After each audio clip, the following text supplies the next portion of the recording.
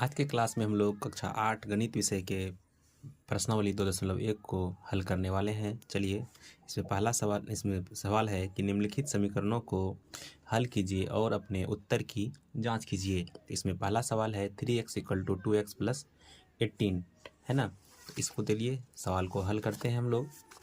क्या है कि 3x बराबर, है ना, 3x बराबर 2x + 18, ठीक है। इसको हल करते हैं तो क्या करेंगे, सबसे पहले देखिए यहाँ पे x और एक बराबर के एक इधर भी x है और उस तरफ भी x है। तो सबसे पहले x वाले को एक और करेंगे, तो एक और करते हैं। चलिए देखिए 3x का 3x लिखेंगे और यहाँ 2x है, बराबर की दूसरी ओर है, तो इसको बराबर के दूसरी ओर ले जाने के लिए प्लस में रहता है तो उसको माइनस करते हैं, तो -2x हो जाएगा, बराबर यहाँ हो जाएगा आपका 18, है ना। उसके बाद फिर क्या करेंगे, 3x में जब 2x माइनस करते हैं तो क्या होता है x, तो x = यहाँ आपका क्या हो गया 18। और देखिए सवाल में क्या लिखा गया है कि आपको उत्तर का जांच भी करना है। चलिए x का मान रख करके हम लोग इसको जांच करते हैं, है ना। जांच, तो जांच करेंगे।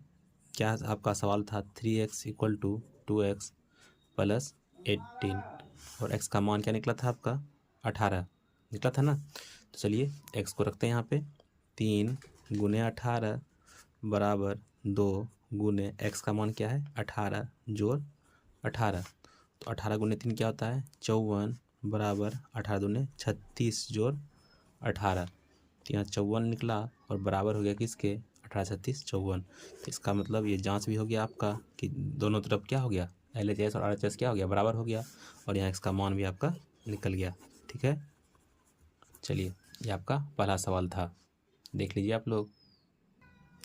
चलिए देखिए इसके बाद 2 नंबर सवाल है कि 5t - 3 बराबर 3t - 5। तो इसमें क्या करेंगे, इसमें दोनों तरफ एक t बराबर के दोनों तरफ है और जो चर और अचर दोनों पद है दोनों बराबर के दोनों तरफ है। तो क्या करेंगे, एक तरफ चर को कर लेंगे और एक तरफ अचर को कर लेंगे। तो चलिए सबसे पहले चर को एक और करते हैं। यहाँ क्या है आपका 5t का 5t लिख देंगे, 3t देखिए बराबर की दूसरी तरफ है, इसको इस तरफ लाएंगे तो क्या हो जाएगा यहाँ माइनस हो जाएगा, -3t।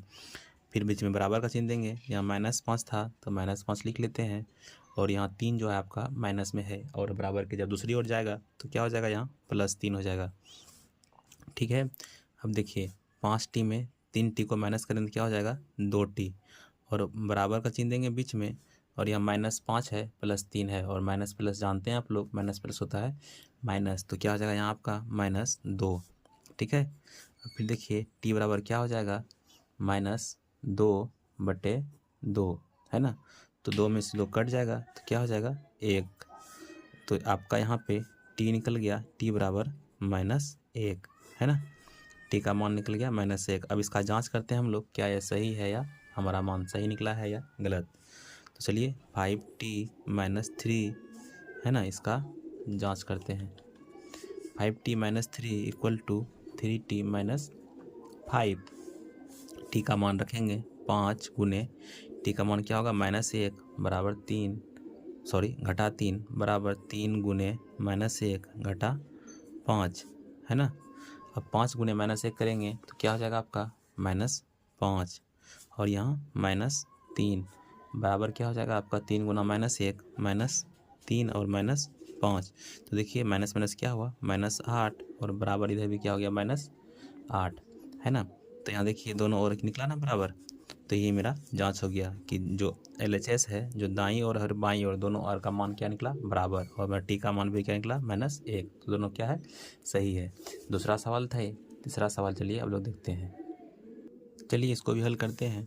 क्या है 5x, क्या लिख देंगे हम लोग 5x, है ना, और इधर +3x है, इसको बराबर के इस ओर लाएंगे -3x हो जाएगा, फिर क्या होगा बराबर 5 और 9 प्लस में है तो इसको इस ओर लाएंगे तो क्या हो जाएगा -9, ठीक है।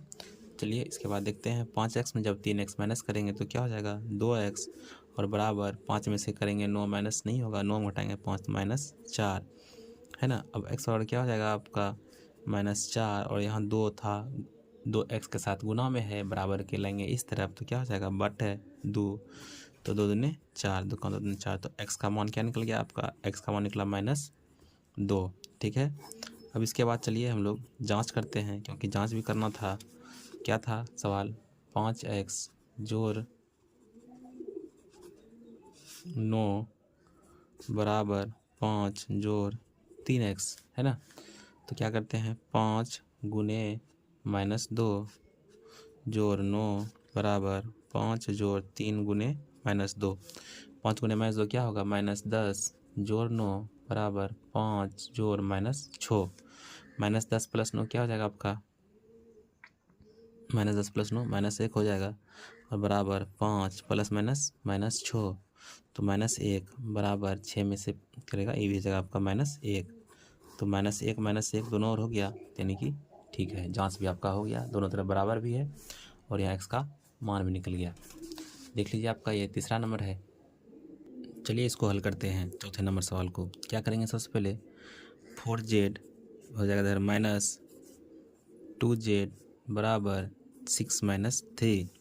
अब 4z में 2z माइनस करेंगे तो क्या हो जाएगा, 2z = 6 में -3 करेंगे तो 3, है ना। तो यहाँ क्या निकल गया आपका, z बराबर 3/2 हो गया। अब इसको जांच भी करना है, चलिए जांच करते हैं।